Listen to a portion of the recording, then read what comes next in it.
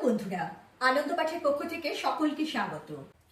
আমার আজকের আলোচনার বিষয় দ্বাদশ শ্রেণীর থার্ড সেমিস্টারের বাংলা পাঠ্যসূচির অন্তর্গত একটি বিষয়, বাংলা গানের ধারা।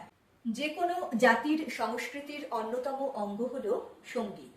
তাই স্বাভাবিকভাবে তোমাদের পাঠ্য বাংলার শিল্প সাহিত্য সংস্কৃতির মধ্যে বাংলা গানের ধারা বা ঐতিহ্যকে অন্তর্ভুক্ত করা হয়েছে। যদিও তোমাদের থার্ড সেমিস্টারে সব প্রশ্নই এক কথায় বা এমসিকিউ প্যাটার্নে আসবে, তাই বেশ কিছু গুরুত্বপূর্ণ এক কথায় প্রশ্নোত্তর নিয়েও একটি ভিডিও করা হয়েছে। কিন্তু মূল যে বিষয়টি সেই সম্পর্কে সংক্ষেপে একটা সম্পূর্ণ ধারণা থাকলে একদিকে যেমন তোমরা অনেক বেশি তথ্য সমৃদ্ধ হয়ে উঠবে, অপরদিকে তোমাদের কিন্তু এই ছোট ছোট যে প্রশ্নগুলো সেগুলো মনে রাখতেও সুবিধে হবে। দেখো, বাংলায় গানের ঐতিহ্য বা ইতিহাস কিন্তু বিশাল। সেই জন্যেই দুটি পর্বে ভাগ করে আলোচনাটি সম্পূর্ণ করব। মূল আলোচনায় আসার আগে প্রতিদিনের মতো বলিনি, তোমরা যারা চ্যানেলটি সাবস্ক্রাইব করেছো তাদের ধন্যবাদ, যারা করনি তাদের জন্য বলছি, তোমাদের যদি এই আলোচনাগুলি ভালো লাগে এবং এই ধরনের আলোচনা আরো বেশি করে পেতে চাও তাহলে অবশ্যই লাইক, শেয়ার ও সাবস্ক্রাইব করে পাশে থেকো। এবারে আসবো আজকের মূল বিষয়, বাংলা সঙ্গীত সাধনার ইতিহাস বা বাংলা গানের ধারা। বাংলা গানের ধারায় প্রথমেই যার নাম আসবে তা হলো চর্যাপদ। তোমাদের ক্লাস 11 বা একাদশ শ্রেণীতে তোমরা বাংলা সাহিত্যের ইতিহাসে পড়েছো যে বাংলা ভাষার প্রথম সাহিত্যিক নিদর্শন হলো চর্যাপদ। এই চর্যাপদগুলিও আসলে গান, যার সূচনা হয়েছিল আজ থেকে প্রায় 1000 বছর আগে। আসলে চর্যাপদগুলি ছিল বৌদ্ধ সিদ্ধাচার্যদের সাধন সঙ্গীত, অর্থাৎ তাদের উপাসনা বা প্রার্থনার জন্যই এই গানগুলি রচিত হয়েছিল। এই গানগুলির রচনাকাল 10ম থেকে দ্বাদশ শতক, আর এখনো পর্যন্ত যে কটি চর্যাপদের গান উদ্ধার হয়েছে তার সংখ্যা 51।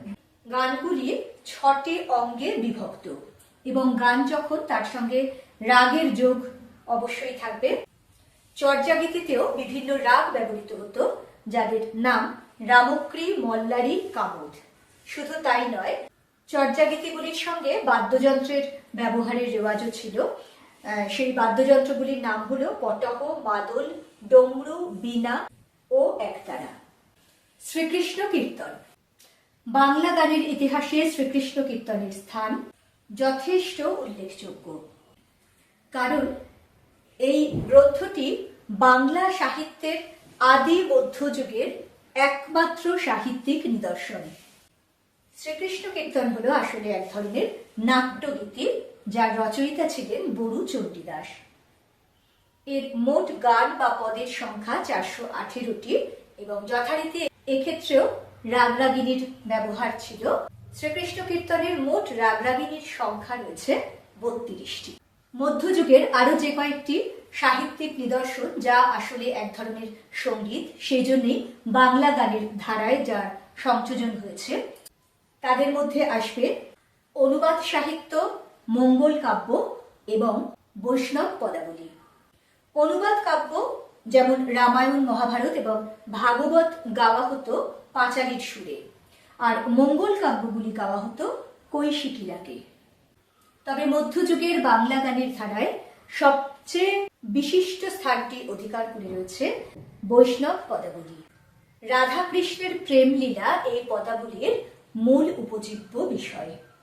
জয়দেবের লেখা গীত গোবিন্দের অনুপ্রেরণায় রচিত হয়েছিল এই পদাবলী সাহিত্য, যার সূচনা ঘটে 14দশ শতকে বিদ্যাপতি ও চণ্ডীদাসের সময়।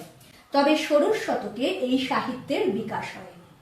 রাধাকৃষ্ণের প্রেম লীলাকে অবলম্বন করে রচিত এই সাহিত্যে বিভিন্ন পর্যায় আছে, যথা পূর্বরাগ, অনুরাগ, অভিসার, প্রেম বৈচিত্র্য ও আক্ষেপানুরাগ, মাথুর এবং বিরহ।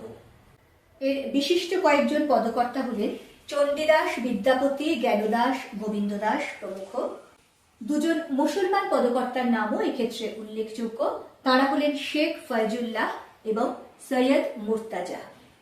পদাবলীর পরে, বা বলা উচিত পদাবলী থেকেই শুরু হয় কীর্তন।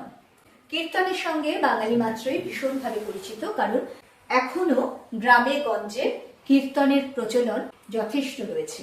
কীর্তনের অঙ্গ 5টি: কথা, দোহা, আখর, তুক এবং ছুট। কীর্তনের রস সংখ্যা 64টি। কীর্তন গাওয়ার আগে গাওয়া হয় গৌরচন্দ্রিকা।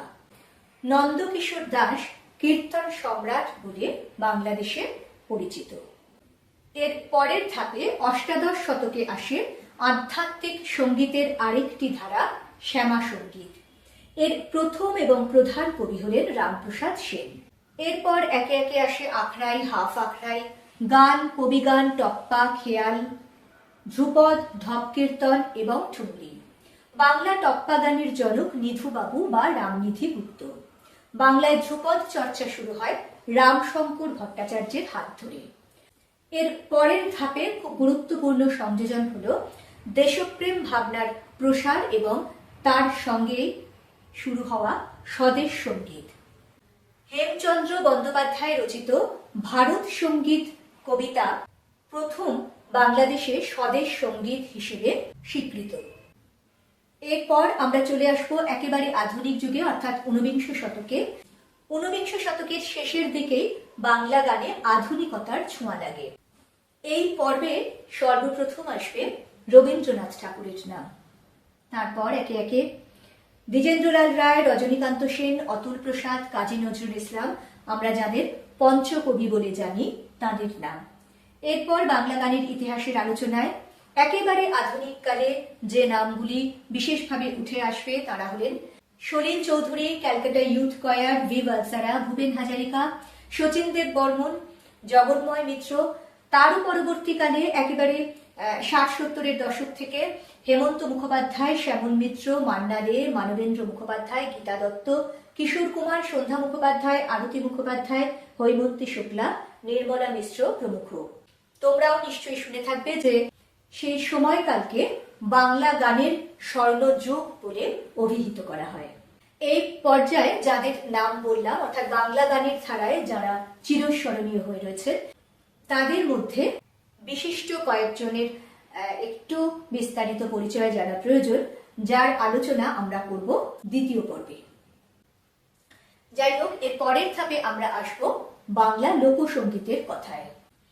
বাংলা গানের প্রাণ লুকিয়ে আছে লোকসঙ্গীতের সুরে। আসলে এই লোকসঙ্গীত হলো বাংলাদেশের মাঠ ঘাটের প্রান্ত থেকে উঠে আসা একেবারে সাধারণ খেটে খাওয়া মানুষের প্রাণের গান। বাংলার লোকসঙ্গীতের প্রধান প্রধান ধারাগুলি হলো জারি। এই জারি কথার অর্থ হলো ক্রন্দন। সারি, যে গান মাঝি মাল্লারা সারিবদ্ধভাবে গায়। ভাটিয়ালি, মাঝি মোল্লাদের একক গান, অর্থাৎ সমবেতভাবে নয়, কোনো একজন মাঝি নৌকা বাইতে বাইতে যে গান ধরেন প্রাণের আনন্দে, তাকে বলা হয় ভাটিয়ালি। ঝুমুর, পুরুলিয়া সহ সমগ্র ছোটনাগপুরে প্রচলিত লোকগান হলো ঝুমুর। বাউল, ফকির, মুর্শিদি, পশ্চিমবঙ্গ ও বাংলাদেশে প্রচলিত বিশেষ ধরনের লোকগান। এই লোকগানের যে ধারাগুলি বললাম সেগুলি সম্পর্কেও আমরা সংক্ষেপে একটু করে জেনে নেব। প্রথমে আসবে সারি গান। আগে বলেছি এটি হলো নৌকার মাঝি মাল্লাদের গান। সারিবদ্ধভাবে বা সমবেতভাবে গাওয়া হয় বলেই তার নাম হচ্ছে সারি গান। এই গানের বিষয় পৌরাণিক দেবদেবী অথবা লৌকিক নায়ক নায়িকা। গানের প্রকৃতি আখ্যান ধর্মী, অর্থাৎ গল্প বলার ঢঙে এই গানগুলি গাওয়া হয়। ভাটিয়ালি, পূর্ববঙ্গের মাঝি মাল্লাদের গান ভাটিয়ালি, তবে এই গান এককভাবে গাওয়া হয়। এই ভাটিয়ালি হলো আসলে লিরিক্যাল বা গীতিধর্মী। ভাওয়াইয়া এবং অন্যান্য লোকগান। ভাওয়াইয়া উত্তরবঙ্গে প্রচলিত। এই গানের গায়ককে বলা হয় বাউদিয়া, অর্থাৎ বিবাগী। বাউল ফকিরি গানের সঙ্গে এই গানের মিল রয়েছে। ভাওয়াইয়া ছাড়া উত্তরবঙ্গে প্রচলিত অন্যান্য যে লোকসঙ্গীতগুলি রয়েছে সেগুলি হলো খেপাখেপির গান, গাড়োয়ালি, চটকা ইত্যাদি। খেপাখেপির গান দেহতত্ত্বের গান। গাড়োয়ালি হলো গাড়োয়ানকে উদ্দেশ্য করে গাওয়া গান। মৈশাল গানের বিষয়বস্তু লৌকিক প্রেম কথা, আর চটকা হলো ব্যঙ্গাত্মক লঘুচালের গান। ঝুমুর, পুরুলিয়া, বাঁকুড়া ছাড়াও সমগ্র ছোটনাগপুর অঞ্চলে নানান রূপে ঝুমুর গান প্রচলিত রয়েছে। এ গানের বিষয় কখনো লৌকিক, কখনো বা পৌরাণিক। জারি, ময়মনসিংহে মুসলমান সমাজে প্রচলিত করুণ সুরের গান হলো জারি। সাধারণত মহরমের সময় এই গানগুলি গাওয়া হয়। এবারে আমরা আসবো বাউল ও অন্যান্য দেহতত্ত্বের গান। বাংলা লোকগীতির সবচেয়ে সমৃদ্ধ ধারাটি হলো বাউল। বাংলার গ্রামে গ্রামে গেরুয়া বসনধারী হাতে একতারা নিয়ে যারা আপন মনে গান গেয়ে যান তাদের বলা হয় বাউল। বাউল হলো এক সাধক সম্প্রদায়। তারা তাদের গানের মাধ্যমে ঈশ্বরের আরাধনা করে থাকে। এপার বাংলা অর্থাৎ পশ্চিমবঙ্গের সর্বাধিক জনপ্রিয় লোকগান হলো বাউল গান। এই বাউল গানের কিছু বিশেষ বৈশিষ্ট্য আছে। প্রথম বৈশিষ্ট্য হলো এই গানগুলি ধর্মীয় সংকীর্ণতার ঊর্ধ্বে। বাউল সাধকেরা ধর্মীয় ভেদাভেদ বা জাতপাতের ঊর্ধ্বে মানবতার গান গান। দ্বিতীয়ত হলো দেহতত্ত্ব। বাউল সাধকদের মতে দেহের মধ্যেই থাকেন ঈশ্বর। তাদের মতে ঈশ্বর সাধনা মানে দেহ সাধনা। সেই জন্য তাদের গানেও গূঢ় দেহতত্ত্বের আভাস থাকে, যদিও সেই আভাস সাধারণভাবে শুনলে বোঝা সম্ভব নয়। আর এই গানের তৃতীয় বৈশিষ্ট্য হলো তার বাদ্যযন্ত্র, যার নাম একতারা। এই একতারা ছাড়া বাউল গান কিন্তু অসম্পূর্ণ। পণ্ডিতদের মতে বাংলাদেশে বাউল গানের উদ্ভব 1700 শতাব্দীতে। তবে মূলত 19 শতক থেকেই বাউল গান জনপ্রিয়তা অর্জন করে। লালন ফকির ছিলেন বাউল গানের অন্যতম প্রবক্তা। তার বহু গান আজও সমান জনপ্রিয়, এমনকি বিশ্বকবি রবীন্দ্রনাথ ঠাকুরও বাউল গানের দ্বারা তথা লালন ফকিরের দ্বারা বিশেষভাবে প্রভাবিত হয়েছিলেন। বর্তমান যুগে বাউল গানের স্বনামধন্য শিল্পীরা হলেন গোষ্ঠগোপাল দাস, পূর্ণদাস বাউল, কার্তিক দাস প্রমুখ। এরপরে আমরা আসবো বাংলা সিনেমার গানের প্রসঙ্গে। ভারতীয় তথা বাংলা সিনেমায় গানের বিশেষ গুরুত্ব রয়েছে। বাংলা সিনেমার জন্মলগ্ন থেকেই গানের ব্যবহার লক্ষণীয়। 1931 সালে মুক্তিপ্রাপ্ত প্রথম বাংলা সবাক চলচ্চিত্র জামাই ষষ্ঠীতে কোনো গান ছিল না, তবে দ্বিতীয় ছবি জোর বরাতে গান ছিল। বাংলা সিনেমায় নেপথ্য গায়ন বা প্লেব্যাক সিঙ্গিং এর সূচনা ঘটে 1935 সালে ভাগ্যচক্র সিনেমার হাত ধরে। এর ফলে গান এবং অভিনয় পৃথক হয়ে যায় এবং সিনেমার গুণগত মান বৃদ্ধি পায়। বাংলা সিনেমার প্রথম যুগের নেপথ্য গায়কদের মধ্যে অন্যতম ছিলেন রায়চাঁদ বড়াল, কে.এল. সাইগল, শচীন দেব বর্মন, পঙ্কজ মল্লিক প্রমুখ। পরবর্তীকালে বাংলা সিনেমার গান গেয়ে যারা জনপ্রিয়তা অর্জন করেছিলেন তাদের মধ্যে হেমন্ত মুখোপাধ্যায়, মান্না দে, কিশোর কুমার, শ্যামল মিত্র, ভূপেন হাজারিকা, সন্ধ্যা মুখোপাধ্যায়, আরতি মুখোপাধ্যায়, গীতা দত্ত, প্রতিমা বন্দ্যোপাধ্যায় প্রমুখ বিশেষভাবে উল্লেখযোগ্য। ধীরে ধীরে বাংলা সিনেমায় গান অপরিহার্য হয়ে ওঠে। এমনকি বিশ্ববিখ্যাত পরিচালক সত্যজিৎ রায় সিনেমাতেও গানের ভূমিকা বিশেষভাবে উল্লেখযোগ্য। সত্যজিৎ রায় ছাড়াও আরো যে কয়েকজন আন্তর্জাতিক খ্যাতিসম্পন্ন পরিচালক ছিলেন, যেমন মৃণাল সেন, ঋত্বিক ঘটক, তপন সিনহা, তাদের সিনেমাতেও গানের বিশেষ ভূমিকা ছিল। এই প্রসঙ্গে একটা কথা বলে শেষ করব। বাংলা সিনেমার গানগুলি পরবর্তীকালে শুধুমাত্র সিনেমার মধ্যে আবদ্ধ থাকেনি, এমন অসংখ্য বাংলা সিনেমার গান রয়েছে যেগুলি কিন্তু সিনেমাকে বাদ দিয়েও শুধুমাত্র সঙ্গীত হিসেবে শ্রোতাদের মনে চিরকালীন জায়গা করে নিয়েছে। শেষ করব বাংলা ব্যান্ডের গান দিয়ে। তরুণ প্রজন্মের শ্রোতাদের কাছে ব্যান্ডের গান খুবই জনপ্রিয়। ভূমি, চন্দ্রবিন্দু, কালপুরুষ প্রভৃতি ব্যান্ডগুলি বাংলা তথা ভারতবর্ষের সীমা পেরিয়ে আন্তর্জাতিক পরিচিতি অর্জন করেছে। এই ব্যান্ডের সূচনা পর্বের ইতিহাসটি এইরকম। বাংলা তথা ভারতের প্রথম প্রাদেশিক ভাষার ব্যান্ড মহিনের ঘোড়াগুলি। এই দলের নেতা ছিলেন গৌতম চট্টোপাধ্যায়। ব্যান্ডের প্রথম অ্যালবাম ছিল সংবিঘ্ন পাখিকুল ও কলকাতা বিষয়ক গান। দ্বিতীয় অ্যালবাম ছিল অ ও ব বা অজানা উড়ন্ত বস্তু। বন্ধুরা, বাংলা গানের ইতিহাস বিষয়ে যে সংক্ষিপ্ত আলোচনা করতে বসেছি, আজ তার প্রথম পর্ব এই ব্যান্ডের গানের মধ্যে দিয়ে শেষ করলাম।